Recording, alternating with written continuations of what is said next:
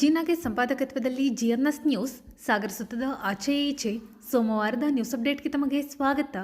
ಮುಖ್ಯಾಂಶಗಳು: ಮತಗಳ್ಳತನದಿಂದ ಕಾಂಗ್ರೆಸ್ಗೆ ಹಿನ್ನಡೆ, ಮತಗಳ್ಳತನ ವಿರುದ್ಧ ಜನಜಾಗೃತಿಗೆ ಬೇಳೂರು ಕರೆ, ಶರಾವತಿ ಪಂಪ್ ಸ್ಟೋರೇಜ್ ಭವಿಷ್ಯದ ದೃಷ್ಟಿಯಿಂದ ಅತ್ಯಗತ್ಯ ಎಂದ ಶಾಸಕರು, ಪ್ರಥಮ ದರ್ಜೆ ಕಾಲೇಜಿನಲ್ಲಿ ನಶಾಮುಕ್ತ ಭಾರತ ನಿರ್ಮಾಣ ಜಾಗೃತಿ, ನ್ಯಾಯಾಧೀಶರು ಮತ್ತು ಪೊಲೀಸ್ ಉಪಾಧೀಕ್ಷಕರಿಂದ ಮಾದಕ ವಸ್ತು ಸೇವನೆಯಿಂದಾಗುವ ಅನಾಹುತ ಕುರಿತು ಮಾಹಿತಿ, ಸೂರನಗದ್ದೆ ಎಸ್ ಬಂಗಾರಪ್ಪ ವೃತ್ತದಲ್ಲಿ ಮಾಜಿ ಮುಖ್ಯಮಂತ್ರಿ ಎಸ್ ಬಂಗಾರಪ್ಪ ಜನ್ಮದಿನಾಚರಣೆ, ಬಂಗಾರಪ್ಪ ಅವರ ಜನಪರ ಕಾಳಜಿ ಕುರಿತು ಕರವೇ ಅಧ್ಯಕ್ಷ ಜಯರಾಮ್ ಸೂರನಗದ್ದೆ ಮಾತು.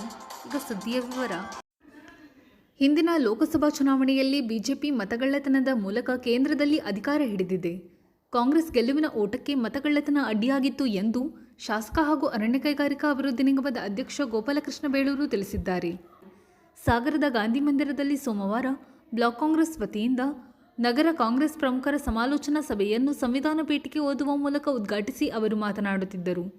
ನಗರ ಕಾಂಗ್ರೆಸ್ ಅಧ್ಯಕ್ಷ ಅಯ್ಯನ್ ಸುರೇಶ್ ಬಾಬು ಮಾತನಾಡಿದರು.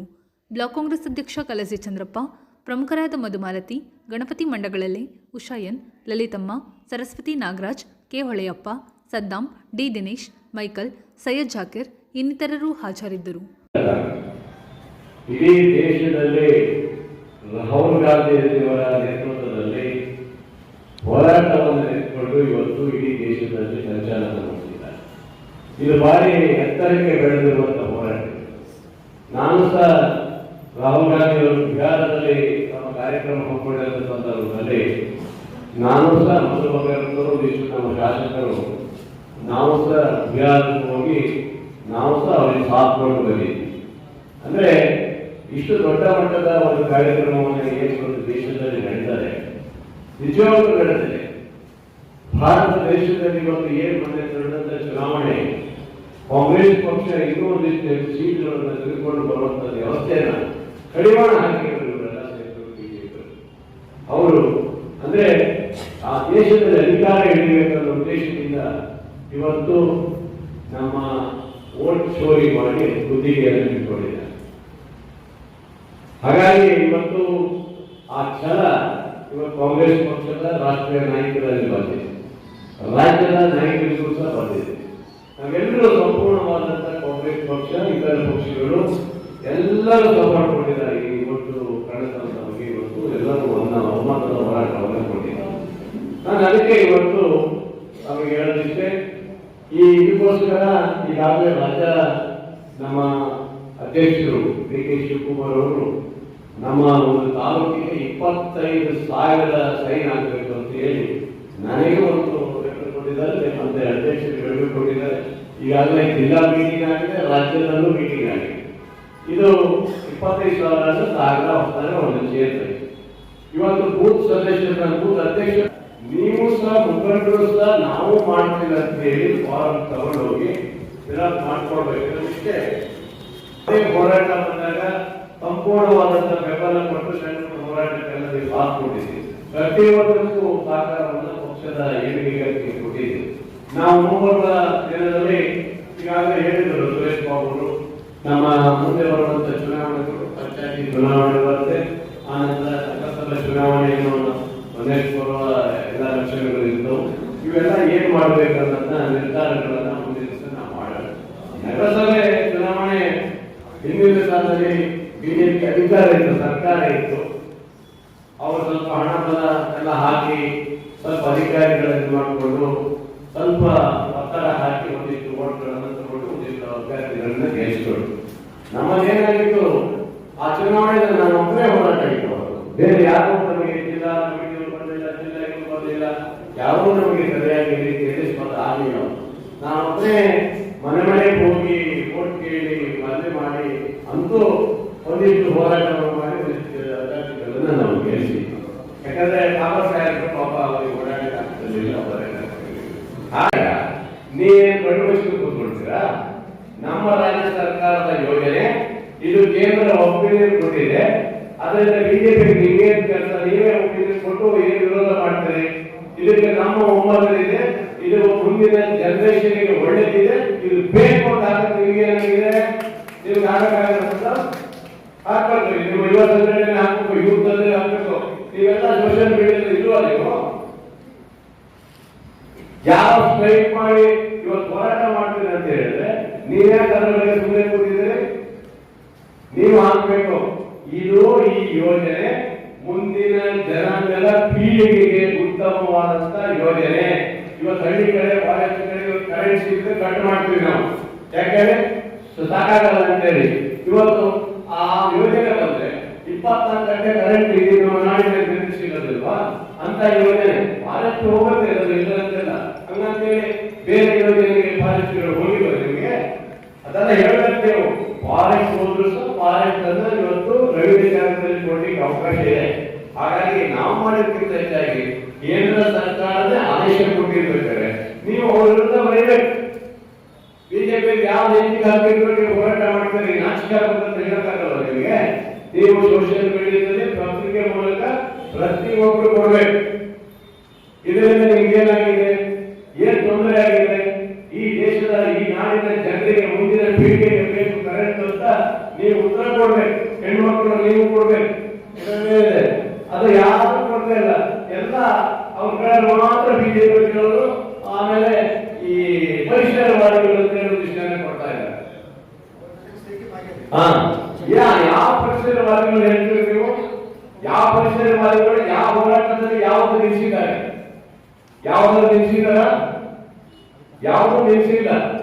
ಹಾಗಾಗಿ ಪರಿಸರವಾದಿಗಳು ಹೋರಾಟ ಮಾಡಿ, ಆದ್ರೆ ನಿಮ್ಮ ಹೋರಾಟ ಏನಾಗಿದೆ?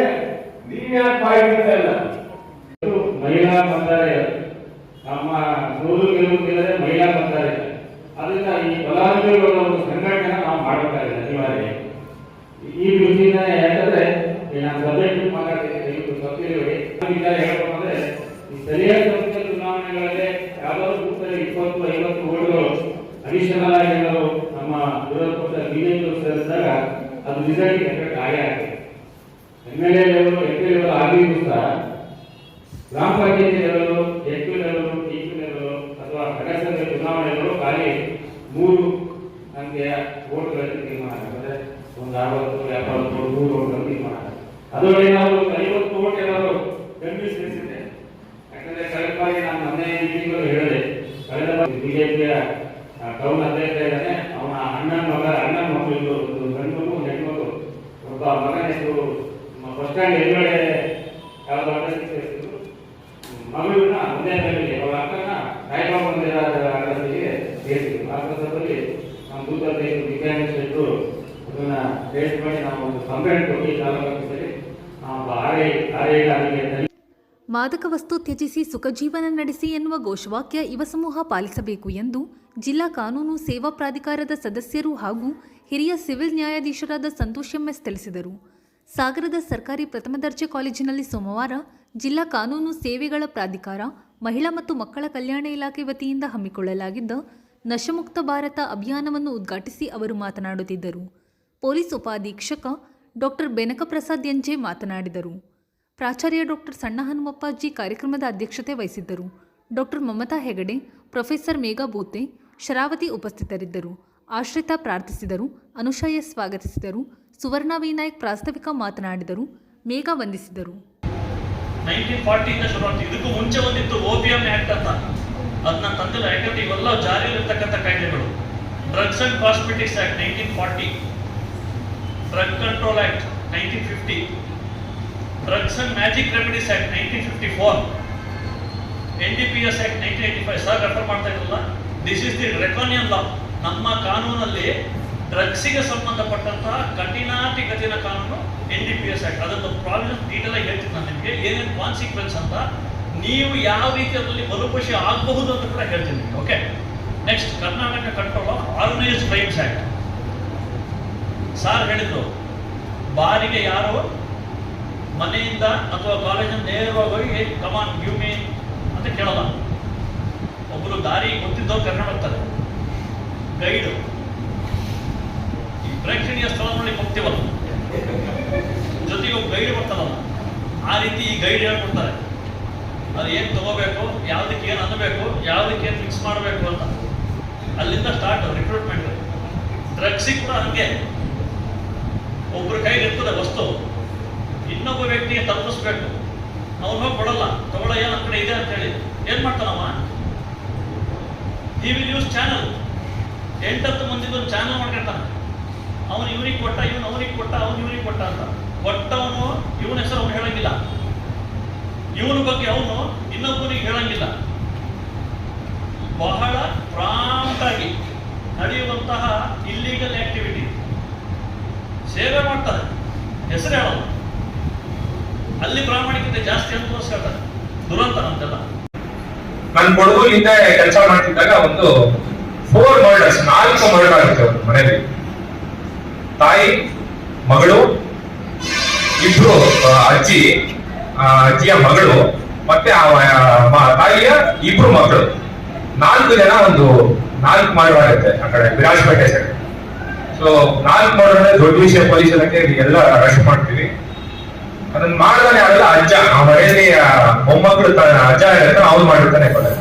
ಒಂದು ಕ್ಷುಲ್ಲಕ ಕಾರಣಕ್ಕೆ ಏನೋ ದುಡ್ಡಿನ ಒಂದು ವಿಚಾರ ಆಗುತ್ತೆ, ಬಟ್ ತುಂಬಾ ಕುಡಿದ್ಬಿಟ್ಟಿರ್ತಾನೆ, ಹೆವಿ ಡ್ರಗ್ ಕಾರ್ಡ್. ಸೊ ನಾವಲ್ಲಿ ಹೋಗಿ ನೋಡ್ತೀವಿ, ಅವನೇನು ಆಗೇ ಇಲ್ಲ ಅನ್ನೋ ರೀತಿ 4 ಶವಗಳಲ್ಲಿ ಆರಾಮ ಪಕ್ಕದಲ್ಲಿ ಕೂತಿದ್ದಾರೆ. ಈ ಪ್ರಮಾಣಕ್ಕೆ ಆಲ್ಕೋಹಾಲ್ ತಗೊಂಡಾಗ ನಿಮ್ಮ ಸೆನ್ಸಸ್ ಮೇಲೆ ನಿಮ್ಗೆ ಕಂಟ್ರೋಲ್ ಇರೋದಿಲ್ಲ. ನಾವು ಇಟ್ಕೊಂಡು ರೌಡಿಗಳನ್ನ ನೋಡ್ತೀವಿ. ಒಂದು ಅಟೆಂಪ್ಟ್ ಮರ್ಡರ್ ಕೇಸಲ್ಲಿ ಯಾರೋ ತಾಯಿಯವರು ಬಂದಿರ್ತಾರೆ, ಕುಡಿದಾಗ ದೊಡ್ಡ ಪೌರುಷ ಇರುತ್ತೆ.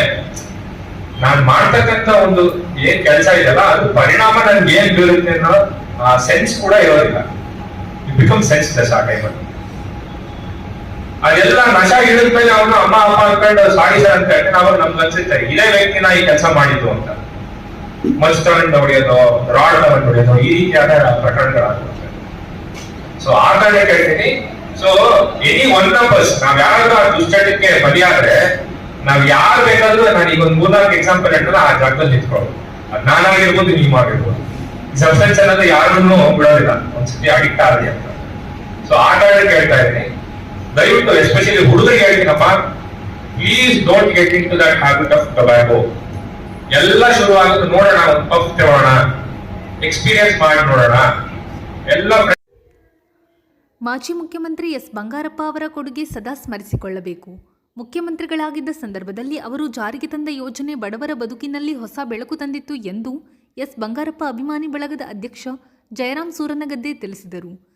ಸಾಗರದ ಸೂರನಗದ್ದೆ ಎಸ್ ಬಂಗಾರಪ್ಪ ವೃತ್ತದಲ್ಲಿ ಭಾನುವಾರ ಕರ್ನಾಟಕ ರಕ್ಷಣಾ ವೇದಿಕೆ ವತಿಯಿಂದ ಎಸ್ ಬಂಗಾರಪ್ಪ ಅವರ 93ನೇ ಜನ್ಮದಿನದ ಪ್ರಯುಕ್ತ ಏರ್ಪಡಿಸಿದ್ದ ಕಾರ್ಯಕ್ರಮದಲ್ಲಿ ಅವರು ಮಾತನಾಡುತ್ತಿದ್ದರು. ಈ ಸಂದರ್ಭದಲ್ಲಿ ರವಿಶೇಟ್, ಶ್ಯಾಮ್, ಕಿರಣ್, ನವೀನ್, ಗಣೇಶ್, ಅಕ್ಷಯ್, ಆದಿತ್ಯ, ವಸಂತ್ ಶೇಟ್, ಮಧು, ಶಶಿ, ಬಸವರಾಜ್, ಅಜಯ್, ಜಯಂತ್ ಹಕ್ರೆ, ಧರ್ಮಣ್ಣ, ಅರುಣ್ ಸಾಗರ್, ಸುಧೀರ್ ರಾಯ್ಕರ್, ನಾರಾಯಣ್ ಇನ್ನಿತರರು ಹಾಜರಿದ್ದರು. ವೇದಿಕೆ ವತಿಯಿಂದ ಬಂಗಾರಪ್ಪ ಅವರ ಜನ್ಮದಿನದ ಅಂಗವಾಗಿ ಸಿಹಿ ಹಂಚಿ ಸಂಭ್ರಮಿಸಲಾಯಿತು. ಕರ್ನಾಟಕ ರಕ್ಷಣಾ ವೇದಿಕೆ ವತಿಯಿಂದ ಮಾಜಿ ಮುಖ್ಯಮಂತ್ರಿ ಬಂಗಾರಪ್ಪನವರ ಸರ್ಕಲ್ ಅಲ್ಲಿ ಹುಟ್ಟುಹಬ್ಬವನ್ನು ಆಚರಣೆ ಮಾಡುತ್ತಿದ್ದೀವಿ. ಯಾಕೆಂದ್ರೆ ಬಂಗಾರಪ್ಪ ಸಾಹೇಬರು ಕೊಟ್ಟ ಕೊಡುಗೆ ಯಾವುದೇ ಸಮಾಜದವರಿಗೆ ಕೂಡ ಮುಟ್ಟಿಲ್ಲ ಅನ್ನುವ ಅವಶ್ಯಕತೆ ಇಲ್ಲ. ಯಾಕೆಂದ್ರೆ ಎಲ್ಲಾ ಸಮಾಜದವರು ಕೂಡ ಅವರನ್ನ ತುಂಬಾ ಪ್ರೀತಿಯಿಂದ ಕಾಣ್ತಾರೆ. ಇವತ್ತು ಅವರು ಹುಟ್ಟುಹಬ್ಬ ಮಾಡ್ತೇವೆ ಅಂದ್ರೆ ಶಿವಮೊಗ್ಗ ಜಿಲ್ಲೆಯಲ್ಲಿ ಅವರನ್ನ ಕೊಟ್ಟ ಕೊಡುಗೆಯನ್ನ ಎಷ್ಟೇ ಹೊಗಳಿದ್ರು ಕೂಡ ಅವರ ಕಾರ್ಯಕ್ರಮ ಮಾಡಲಿಕ್ಕೆ ನಮಗೆ ಧೈರ್ಯ ಬರುತ್ತೆ. ಯಾಕೆ ಅಂದರೆ ಇಂದು ಬಂಗಾರಪ್ಪ ಸರ್ಕಲ್ ನಲ್ಲಿ ನಾವು ಈ ಸರ್ಕಲ್ ಅನ್ನ ಮಾಡ್ಬೇಕಾದ್ರೆ ನಮಗೂ ಕೂಡ ತುಂಬಾ ಜನ ಹಿಂಸೆಯನ್ನ ಕೊಟ್ಟಿದ್ರು. ಯಾರೋ ಒಬ್ರು ಕೊಟ್ಟರು ಅಂತ ಹೇಳಿ 3-4 ಜನಕ್ಕೆ ನಾವು ಹೆದರಿಲ್ಲ. ಬಂಗಾರಪ್ಪನವರ ಸರ್ಕಲ್ ನಲ್ಲಿ ಅವರ ಹುಟ್ಟಿ ಹಬ್ಬವನ್ನ ಇದು 3ನೇ ಬಾರಿಗೆ ಸರ್ಕಲ್ ನಲ್ಲಿ ನಾವು ಹುಟ್ಟಿದ ಹಬ್ಬವನ್ನು ಆಚರಣೆ ಮಾಡ್ತಾ ಇದ್ದೀವಿ. ಇನ್ನೂ ಕೂಡ ಬಂಗಾರಪ್ಪ ಸರ್ಕಲ್ ನಲ್ಲಿ ಅವರ ಸಹಕಾರದಿಂದ ನಾವು ಈ ಮಟ್ಟಕ್ಕೆ ಸರ್ಕಲ್ ಅನ್ನು ಮಾಡಿ ಬೆಳೆದಿದ್ದೀವಿ. ನಮ್ಮ ಸಂಘಟನೆ ಕೂಡ ಬೆಳೆದಿದೆ. ಇವತ್ತು ಬಂಗಾರಪ್ಪ ಸರ್ಕಲ್ ಕಾರ್ಯಕ್ರಮ ಮಾಡ್ತೇವೆ ಅಂದ್ರೆ ನಮ್ಮ ಕಾರ್ಯಕರ್ತರು ಯಾರು ಬೇಡ ಅನ್ನೋದಿಲ್ಲ, ಎಲ್ಲರೂ ಕೂಡ ಒಗ್ಗೂಡಿಸಿಕೊಂಡು ಕಾರ್ಯಕ್ರಮವನ್ನು ಮಾಡ್ತೀವಿ. ಅದರಲ್ಲೂ ಕೂಡ ಇಂಥ ಪುಣ್ಯಾತ್ಮನ ಸರ್ಕಲ್ ಅನ್ನು ಮಾಡಿದ್ದೀವಿ ಅಂದ್ರೆ ನಮ್ಮ ಸಂಘಟನೆಗೂ ಒಂದು ಹೆಮ್ಮೆ ಮತ್ತು ನನ್ನ ಸಂಘಟನೆ ಕಾರ್ಯಕರ್ತರಿಗೂ ಒಂದು ಹೆಮ್ಮೆ ಬರುತ್ತೆ. ಯಾಕೆ ಅಂದ್ರೆ ಇವತ್ತು ಬರ್ತಡೇ ಮಾಡ್ತಿದ್ದೀವಿ ಅಂದ್ರೆ ನಾವು ಮಾಜಿ ಮುಖ್ಯಮಂತ್ರಿ ಬಂಗಾರಪ್ಪನವರ ಹೆಸರನ್ನು ಇಟ್ಟೋದಕ್ಕೆ ನಾವು ಇಲ್ಲೊಂದು ಸರ್ಕಲ್ ಅನ್ನು ಮಾಡಿ ಕನ್ನಡ ರಾಜ್ಯೋತ್ಸವವನ್ನು ಕೂಡ ಮಾಡ್ತೀವಿ.